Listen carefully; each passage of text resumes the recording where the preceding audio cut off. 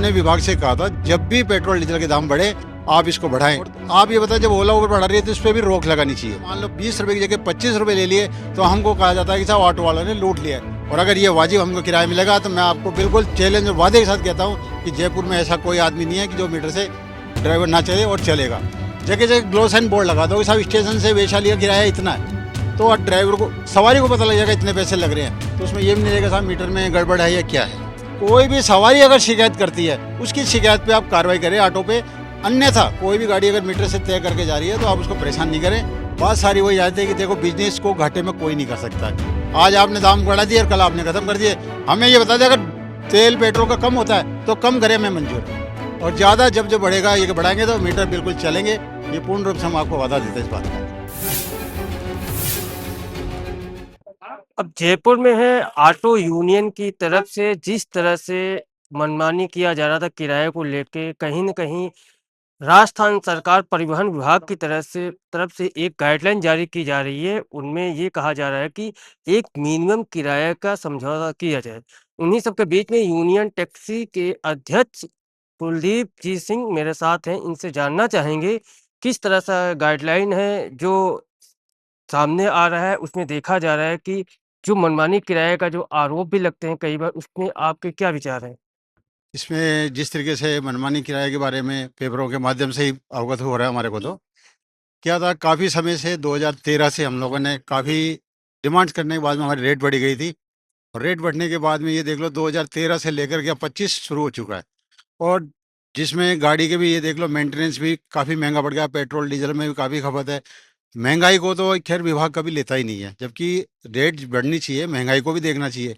लेकिन विभाग द्वारा कभी भी इस महंगाई को नहीं देखा जाता है, सिर्फ एक पेट्रोल को ही देखा जाता है। पेट्रोल डीजल के दाम बढ़े या कम बढ़े। हमने जब 2013 में रेट हमें दी गई थी तो हमने उस समय बिल्कुल परिवहन विभाग से वादा किया था कि अगर आप जिस जिस तरीके से पेट्रोल डीजल के दाम बढ़े, अगर आप दाम बढ़ाते रहेंगे तो हमारा यूनियन का दावा है, क्योंकि मैं 93 से इस यूनियन को लगातार ऑटो चालकों के संघर्ष के करके मैं इसको आगे कर रहा।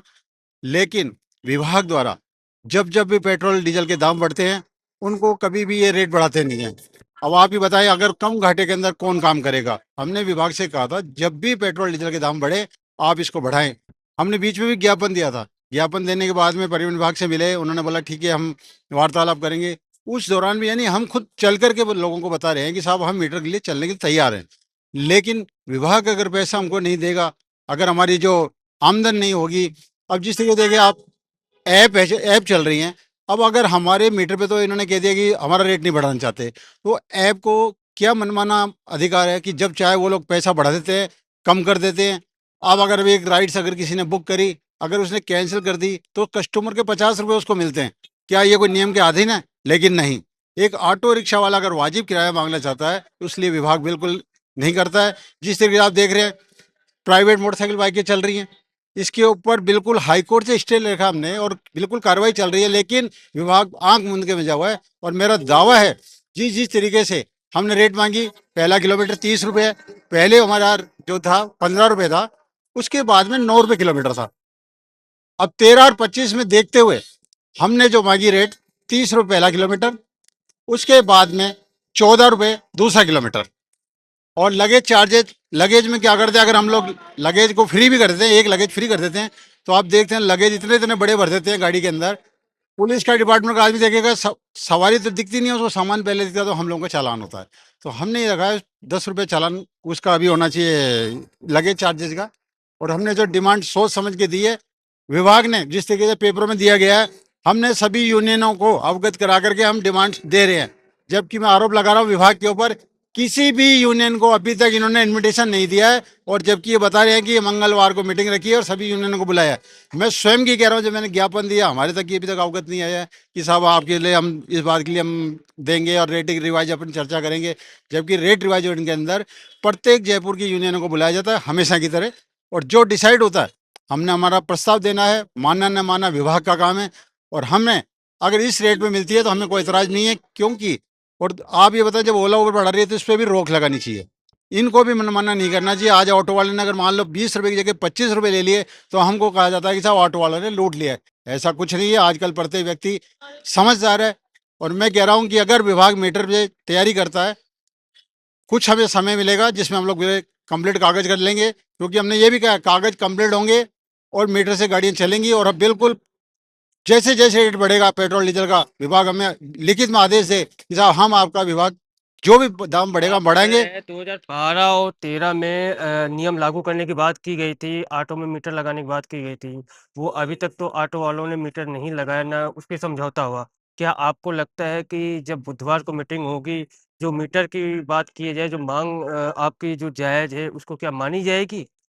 अगर देखो ये मीटर भी पहले बंद इसीलिए हुए थे, अभी जैसे हम कह रहे हैं गाड़ियों में सभी में मीटर ऑलरेडी लगे हुए आते हैं, क्योंकि जब गाड़ी नहीं आएगी मीटर लगे होते हैं। पहले था चैन का बहाना किया जाता था, क्योंकि प्याजो गाड़ी से चैन टूट जाती है। अब सभी गाड़ियों में इलेक्ट्रॉनिक मीटर लगे हुए हैं, तो स्पेशली किसी को लगाने की आवश्यकता नहीं, मीटर ऑलरेडी लगे हुए हैं।